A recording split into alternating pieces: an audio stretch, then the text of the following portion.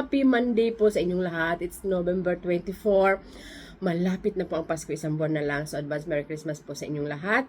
Ayan, so, malamig na po dito sa Romania. It's 2 degrees ngayong araw.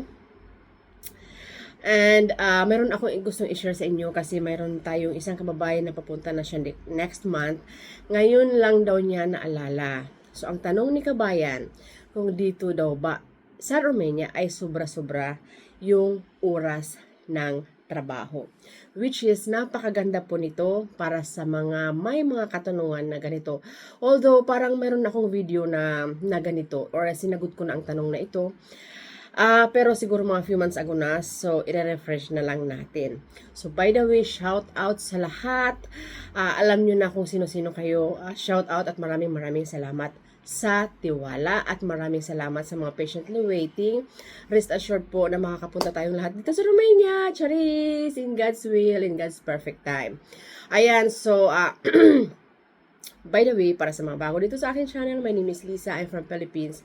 I'm currently working and living in Romania. Mayroon po akong sariling agency dito sa Romania. And mayroon din po akong mga partner kung kinakailangan. Okay? So rest assured po na legit tayo. So, ayan. Ang tanong ni kabayan, inulit ko ay kung dito daw ba sa Romania ay hindi sobra-sobra ang oras sa trabaho. So, napakaganda po itong tanong para may mga katanungan na ganito.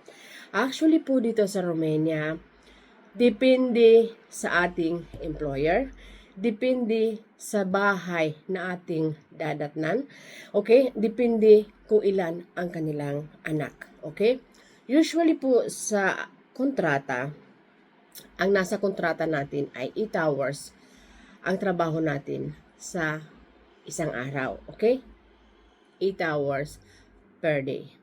So, inuulit ko sa inyong ipaliwanag, inuulit ko sa inyong sabihin, pag tayo po ay bagong dating lamang dito sa Romania, huwag po nating isipin yan na ang ating pong trabaho ay 8 oras lamang.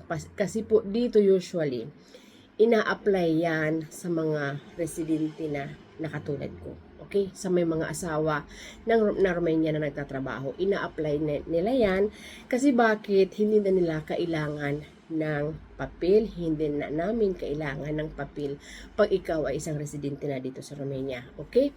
So, usually po pag tayo ay intern sa ating mga employer, ang oras ng trabaho natin ay usually dito sa Romania is 10 to 12 hours. So, napakaganda na po yan. Okay? Kasi hindi na po katulad dyan sa Asian countries na naabutan kayo ng 1 o'clock, ng 2 o'clock. Okay? Mayroon man, it will, halimbawa, may mangyari yan na naabutan kayo ng hanggang madaling araw, siguro kung ang inyong amo ay may pinuntahang party, kung ang inyong amo ay nag-celebrate ng party sa bahay nila. Pero hindi po yan araw-araw na ganyan. Kailangan po natin maging considerate din sa ating mga employer, give and take din, okay? So, kung halimbawa po nag-overwork tayo, 15 hours, 16 hours in one time per month or twice or thrice per month, wag naman po tayong magreklamo agad. Wag tayong magreklamo agad kasi magkisama din tayo, di ba? Kasi mahal ang ating tax monthly. Okay? Pinapakain tayo ng maayos. Maganda naman ang lagay natin. Huwag naman tayo magreklamo agad. So, inuulit ko, sis, basta pagdating mo dito sa Romania, makisama ka muna sa pamilya na iyong dadatnan. Kunin mo muna ang mga loob nila.